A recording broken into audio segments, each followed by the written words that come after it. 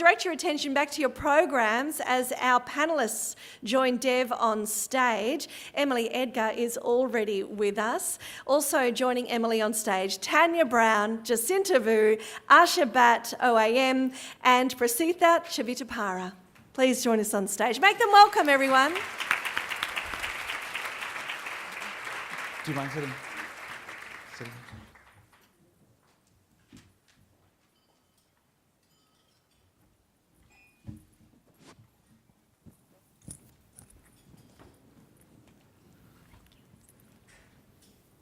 Oh, thank you. I hope you guys are having a good time today. I'm so glad and privileged to be, in this room of powerful women and powerful conversation on every table. And I'm so glad these lovely ladies had said yes to talk about March Forward and on this panel. I want to start with Emily because I think we want to continue the theme of the challenges in the sphere of women with disabilities finding a job and the challenges of finding and keeping the job and looking for other ones. Emily, I want to start with you. Just please share your experience in terms of what are the challenges you have faced, not just because you had disabilities and that's one challenges, but if you overlay onto that being a woman. So how does that change the dynamics? Well, obviously, I have a physical disability. I have cerebral palsy, and I use a wheelchair for my mobility. But not only that, finding employment because of that has been a huge issue, and because I have my hands are also affected by my disability, and that means that I have slower handwriting and typing speeds, which means I'm a qualified lawyer but trying to find employment at a supportive organisation who is willing to make adjustments for that, and also noting their financial, objectives is tricky. Because, I use specific software because to eliminate my shortcomings with my handwriting. So the availability of that Dragon Dictate software that I use isn't so easy to come across, and a lot of organisations don't understand how to use it. So it's been tricky to educate them and allow them to understand what's required when it comes to employing somebody with a disability. And so it's been a tricky journey. Well, thank you for toning it down, but I think it's a challenging journey which I can understand. Yes. Thank you for sharing. All right. Tanya, you have a very diverse experience in the space of, you're running multiple organizations, a lot of corporate events and organizations, as well as you worked with Special Olympics Australia as well. So could you talk about your personal understanding of the power of women's leadership in those spaces, in both the for-profit space and in the not-for-profit space? Good morning, everyone. It's a pretty tough act to follow, I just want to say. Following the previous speakers, it was so heartfelt, and congratulations, Deb, for bringing this group together, because I think it is really meaningful. And many people have echoed today how purposeful this event is, so I feel very humble being a part of it, and hope I can contribute something that gives people a takeaway. But in my experience, I've been very fortunate to be surrounded by a wonderful family and a very strong network of friends and relationships that I've developed over time, being in family business and also through my professional career outside our family office in multiple industries of commercial property, hospitality, bit of mining. We do festivals and events, so really large-scale, broad exposure, but in a core environment that is really respectful. I've got an incredibly strong mother who did a law degree while we were at school and was a big advocate for human rights and taught me a lot, and was polarised to my dad, who was very commercially minded, entrepreneurial.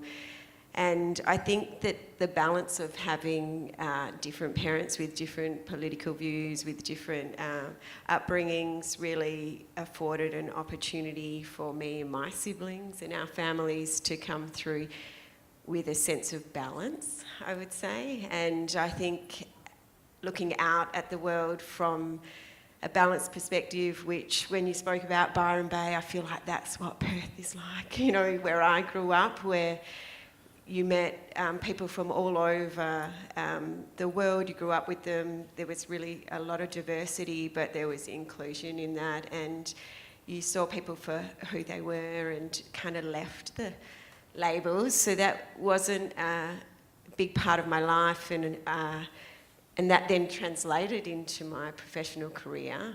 And I think I never expected it in return, and so perhaps I didn't see it. The environment I was in was supportive enough to let me navigate a path forward. My work then in Special Olympics was is an advocacy role about creating a platform and voice through the catalyst of sport for people with intellectual disability, and allowing their talent to shine through sport as a way of expression and roles into leadership. So an incredibly powerful global organisation that breaks barriers, you know, is very challenging, but it's surprising where you find the barriers. It's surprising where the challenges come, and certainly in my role with Special Olympics, the inspiration comes from the athletes, and you're advocating, and when it gets difficult or you face barriers and unexpected challenges, all you have to do is turn around or look up and find the people that are inspiring you, and it becomes easy to move forward. Thank you. Thanks for sharing that. Asha, I would like to come to you. Asha, you run an organization called South Aboriginal Corporation, and you're working with the Aboriginal communities. And how do you see the role of, in a communities where you have matriarchs and patriarchs, and overlaying that complexity in which you get to interact with the elders? How do you see the role of leadership from a different angle in that spaces, and how does that empower you further? Thank you, Dev, for inviting me. So I'm from Albany, from Menang Nungar country. So Nalakadi Chwajak Nunga Mordke and Kadak Nujabuja. Good morning, everybody. As you said, like it's very tough to follow the lead, since Dinesh has done his speech. So I've been working for Southern Aboriginal Corporation for last 18 years. And when you work in Aboriginal Corporation, you have to navigate complexity of both patriarchal and matriarchal systems, but while respecting the cultural protocols of men's and women's business as well. So I'm very mindful, when it comes to men's and women's business. For example, we run the Family Violence Prevention Legal Service Program, and we provide better access to justice system for Aboriginal victims of violence. So when we were designing the cultural healing program for victims of domestic violence, so we had a female staff, and we had a female elder who we sat with, and we consulted with the elders to make sure our design and delivery content, the space that we use is culturally appropriate and safe for women's business. So similarly for men as well, look, so when it is men's business, women step away from there and make sure that, men are part of that leadership. So what I've learned from that is, I have to be mindful all the time that, we have to respect men's and women's business and provide that cultural safety for people around. Thank you. Thanks for sharing. I want to get into Jacinta because, Jacinta, you run Healing Smiles. You provide dental services for women coming out of domestic violence. Could you talk a bit more on what was the motivation within you? What led you to do that act of kindness for you to start that work, and that has grown so big, and so that you have now a permanent space in Northbridge? Thank you for the invitation, and thank you to Dinesh as well. A lot of things that you said struck so many chords with me on many levels, so it's amazing to be here and meet you in particular and all the people on the panel and in this room today. I didn't found Healing Smiles. One of my good friends, Dr. Gosha Bali, an orthodontist, it was really her brainchild in 2018. She was outgoing president of the Women in Dentistry Society, and I was stepping into that role.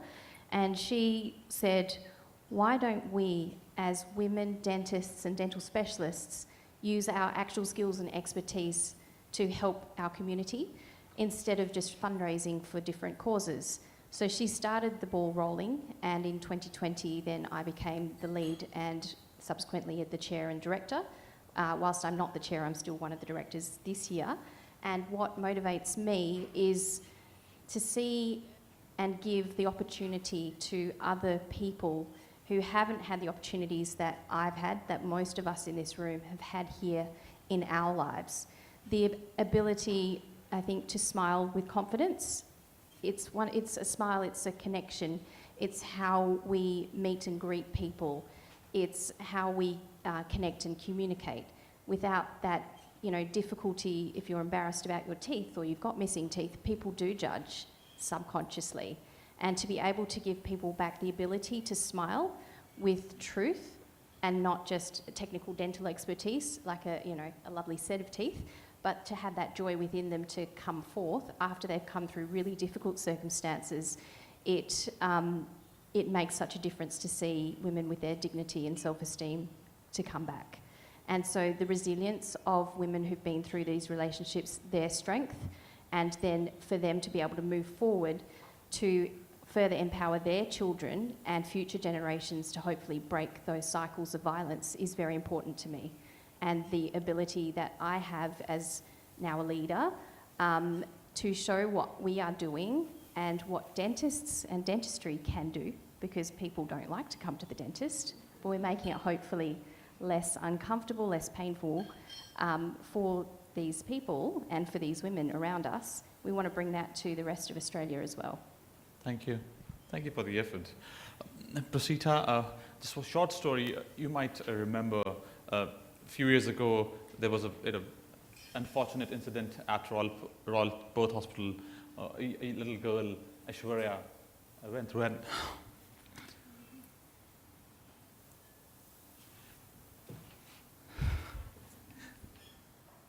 thank you, Prasita, for coming in. Prasita is mum of Aishwarya. And sorry.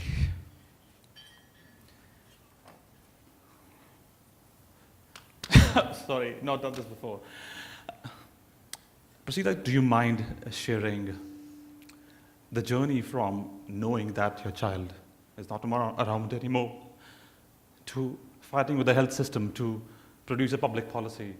If you go to any public hospital in WA, there's something called Aishwarya Care Call for parents who are in dire emergency and they are conscious that what would happen with their child. And there is a number there now, and that's because of Prasita and her husband, Ashwath. They did advocacy work with the state health department.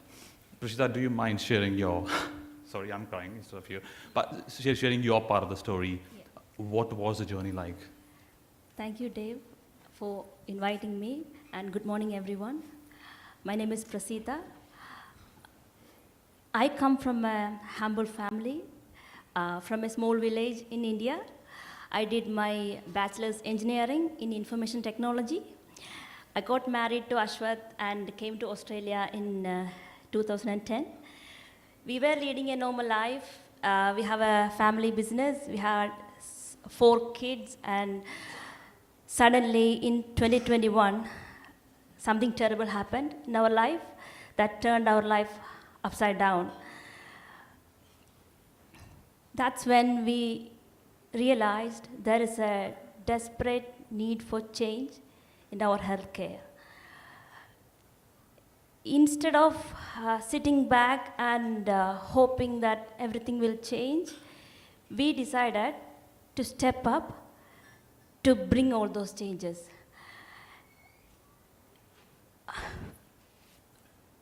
We started our Aishwarya's foundation in 2023. Our mission is to improve healthcare in WA. Thank you. We have a 3-stage plan for our foundation. The stage 1 is the 24/7 bulk bill medical center, which provide primary health care to people of all ages.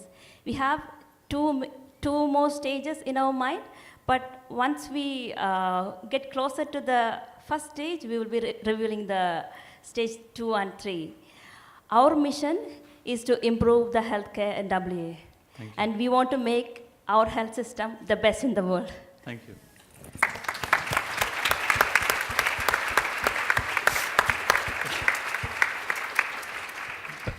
Thank you, Prasita. Emily, Yes. I think I should calm myself now. Emily, do you mind sharing the idea of March Forward, and which we're discussing since morning? And you've been talking about people who are supporting the carers and the networks and the support groups around you. Do you mind sharing people around you who have supported you in your journey? Yes. And then how does that idea of us not talking about the unsung heroes behind us to support us to be what we are today?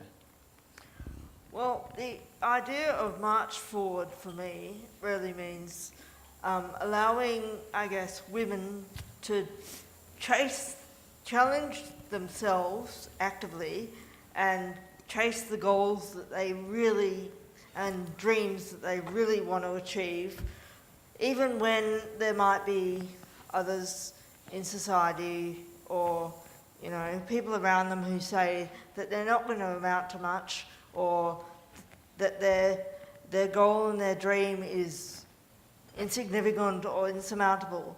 And so I've had plenty of people tell me that in my life. I believe it's mainly because of the disability, because as much as they try to understand, they don't really understand the fundamentals of what it's like to be in a wheelchair. So but the people behind me have been the people that have always told me that everything's going to be all right. Much like Dinesh's mum, I have a mum and a dad who have always supported me and been my biggest cheerleaders every time something has gone wrong. They've always been behind me, being my number one carers, doing all the jobs that nobody wants to do unless you're the parent in the room who has to do those jobs. And they've never left my side. When things have got rocky, you know, had health problems, which have been fairly often, they've never left my side. Even when my mum got seriously ill a few years ago and we thought we were going to lose her, and we thought life would never be the same, she's never left my side. Not once did she stop doing her caring duties, and you know, I'm forever grateful. Without her and without my dad, I wouldn't be where I am. Thank you, Emily. Tanya, can I come to you? It's a question from Slido. Which women in the public eye inspire you most right now? And what can we learn from that woman's example? We can expand the context of now and past. Yes. I would say that of women that have inspired me, people that inspire me generally tend to be a lot closer to my home and my heart than public figures. I've not really been overly engaged in public figures or public life, or inspired by it perhaps. You know, I think it's been I'm much more affected or impacted by people that are closer to me. But in public life, I have always been very inspired by Julie Bishop. She is from Perth, and I knew my exposure to her was before she became a politician, when she was a lawyer. And so being able to watch someone's trajectory and career, and she certainly faced incredible gender challenges in her career, and I liked her style and grace that she operated with. I am inspired by her ongoing commitment. Globally, she has continued to achieve an enormous amount in the global space and diplomacy. So she's someone that I would say has inspired me. Thank you, Tanya. Jacinta, I want to ask this question to you. How does the Trump presidency, with this earth-shaking bullying and then toxic masculinity, affect the international efforts to advance the efforts of women? Will this change what effective leadership looks like in future, too? What a question.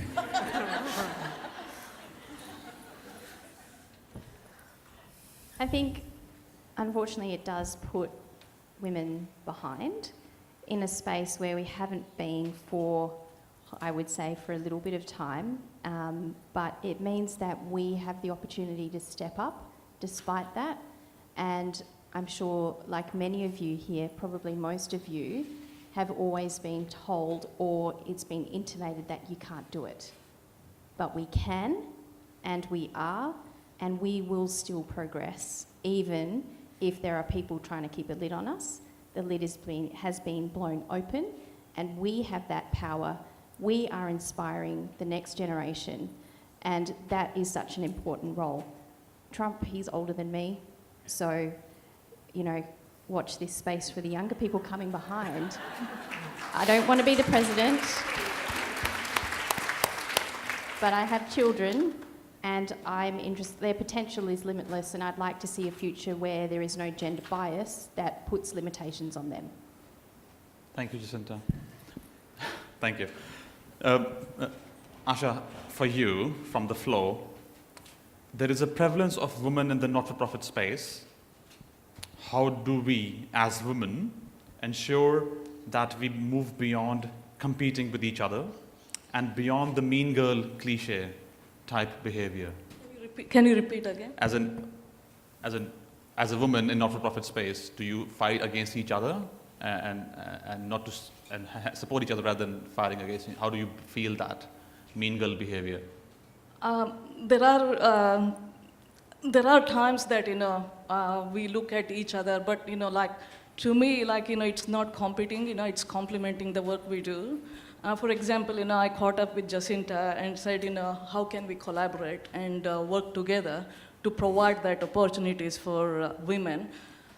But, you know, if there is some sort of jealousy that you find, you know, like, there are ways, you know, you can navigate that is to have that honest conversation with the person and have somebody as a role model in your mind and move forward. Sometimes there is a lot of noise and distraction around, but not to focus on that, you know, continue to go forward. Where I work in Aboriginal space, you know, sometimes there could be divisions and conflicts.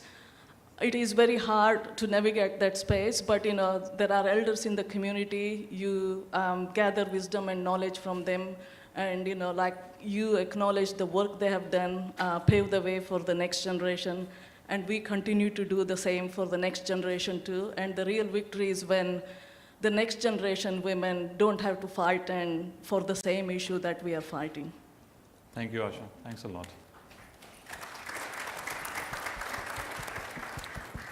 Somebody's asked a question for you, Prasita. They say, Prasita, you experience the worst kind of voicelessness as a woman can go through. What would be your advice to a woman who is feeling silenced right now? as in they have challenges and they can't speak up right now? What advice do you have?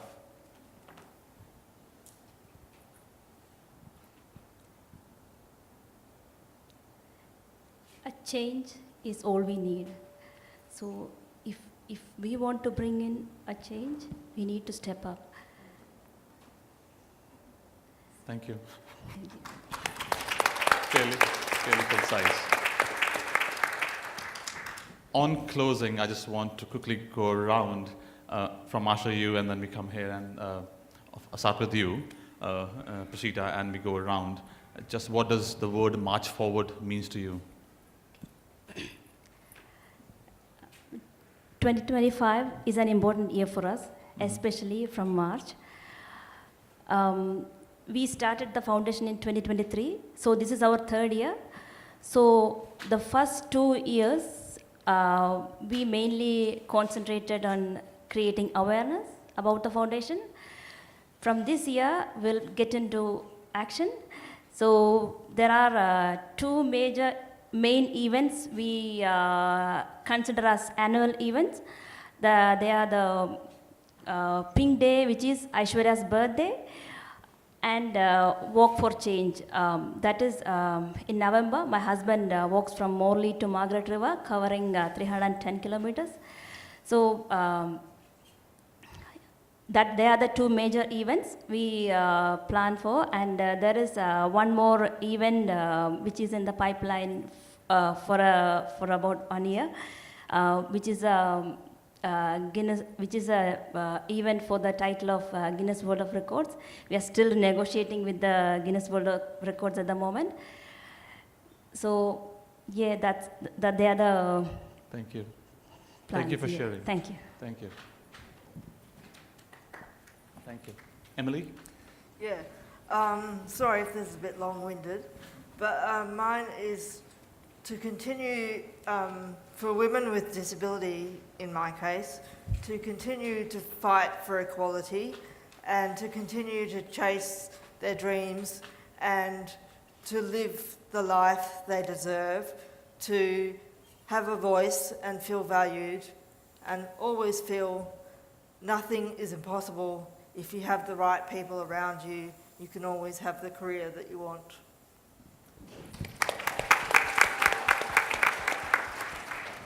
Jacinta, please. March forward to me means standing together with men and women to focus on women's opportunities and rights. It is about amplifying the voice of those women who we serve in Healing Smiles, survivors of family and domestic violence, that their voices, their stories are heard and recorded, and they go on to inform policy, and we advocate for them and they can advocate for themselves. On a personal level, it's about ensuring that my 4 children are going to come into a world where gender bias doesn't come into things, that they see a strong woman before them, in myself, my grandmother, my aunt, their aunts, and they've got powerful role models, just like Dinesh had with his mum, to see that their possibilities are endless and that nothing can stand in their way. Thank you. Thanks a lot. Tanya. Yeah, on thinking about March Forward, it actually made me think about the words initially and what they didn't mean. So, you know, March was clearly not dawdling, standing still. It has some militant connotations for me, but about being unified and being able to move together stronger than alone. I think that there's a lot in the word march. And then forward is directional, so it's not backwards, it's not sideways, it's not up or down, it's actually into your future. So being able to continue on with purpose, I think it resonated with me through the experience I had chairing the bid for the largest humanitarian event in the world, the Special Olympics World Games, which Perth held the exclusive rights for 1 year. To host in 2027, and we didn't get it.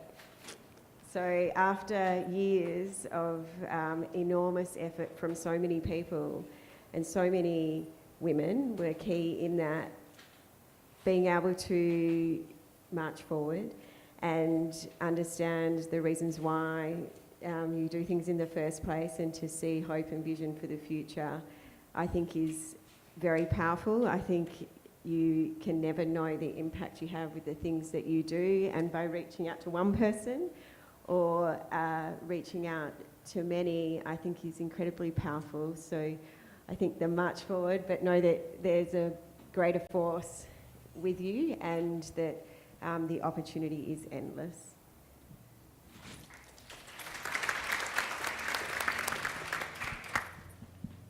March forward for me, like, we are mothers, caregivers, and advocates. So marching forward means, like, we are not asked to lead, we step up and take the space that we deserve.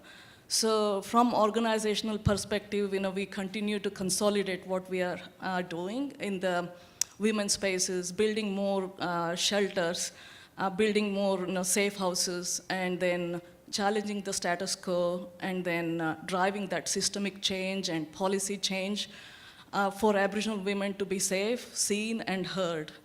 And what I want to say is, like, I want to see more men, young men like Dinesh, who talk about their mother, and more men start talking about their mothers and sisters. We are going to get that equality. Thank you. Thanks a lot.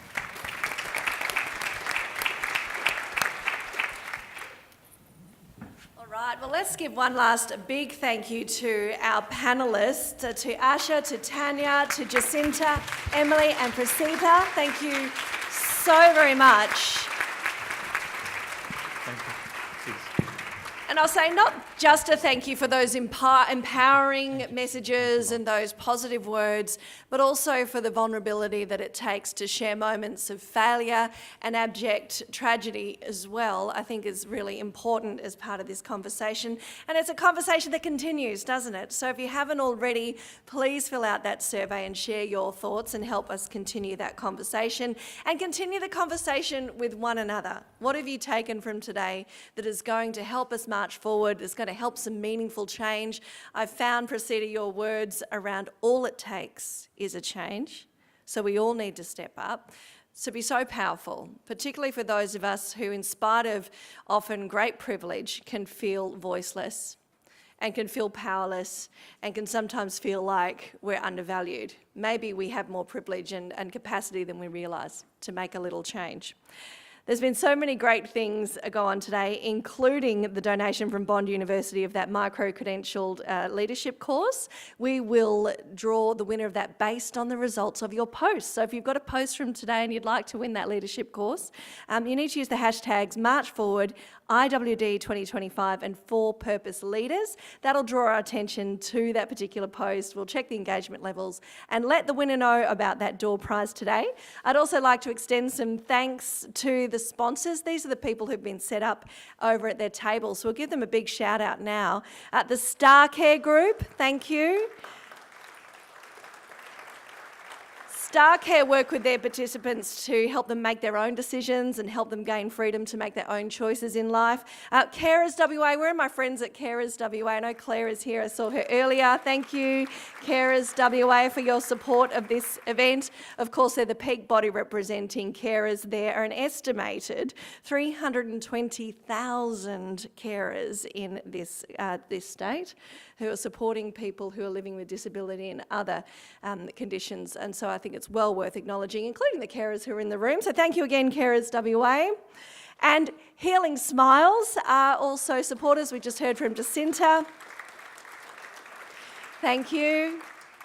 Pregnancy Help Australia as well. Pregnancy Help Australia are here today and sponsors of this event. They're helping poverty, distress and isolation, grief-stricken individuals access a network of pregnancy centres that offer essential prenatal support at no cost. Thank you very much to Pregnancy Help Australia. Now, the team are here with some content creation, going on right now. So as you're rounding out your networking and conversations with friends and heading off to go about your day today, I invite you to share a few thoughts on camera about how you found today's event. That helps with the promotion of future events just like that one. So please get involved if you're given the chance to do so. And to round out things, some closing final remarks from Davinder Singh. Please make him welcome back to the stage.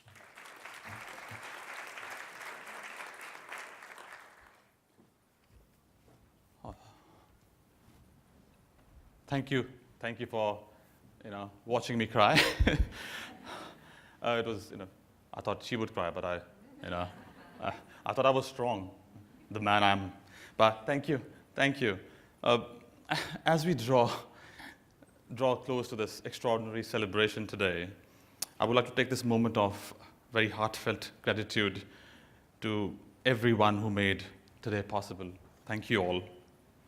First and foremost, I would like to extend my sincere thanks to our sponsors and exhibitors. Your support and contribution have been pivotal in bringing this event together. I also want to express my deepest appreciation to each and every one of you and our esteemed attendees.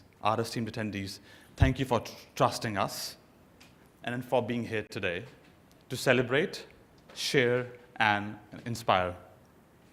Your presence and active contribution today have, in a way, transformed the event into more meaningful for me, which I will take away, and for everybody else. Thank you. Thanks a lot to you all. And a very special thank you to Carmen. Please, big round of applause for.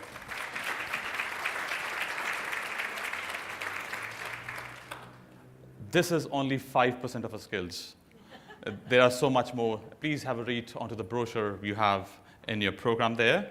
But her experience in working with media, working with camera, is powerful and very engaging. Thank you, Carmen.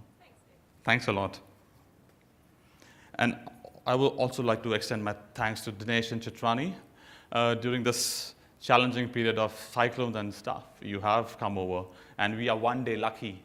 They say the cyclone is coming on Thursday to Brizzy, and you just flew yesterday. So we are one day lucky not to see him on live stream than in person. Thank you, Dinesh and Chitrani, for your time today. Thanks a lot.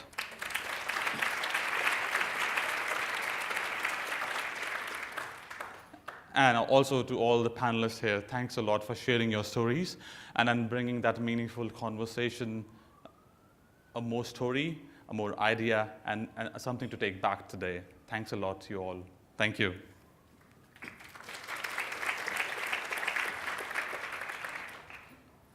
When I was growing up, I had read a poem by Robert Frost, an American poet. And before, I think on a conclusion, I want to read a few lines from the poem, not the whole of it. And it concludes, which is a passing message today, is, the woods are lovely, dark and deep, but I have promises to keep, and miles before I sleep, and miles to go before I sleep, and miles to go before I sleep. That's a lovely poem which have resonated with me as a young boy to today. Thanks. And also I would like to thank my team behind me. As we talked about, it's not you, the people around you. And I'm so glad with having powerful women and men supporting this event. And I'm so glad to be here today. And thank you all, the team. Thanks a lot for supporting and making sure this event comes into one succinct picture. It looks good.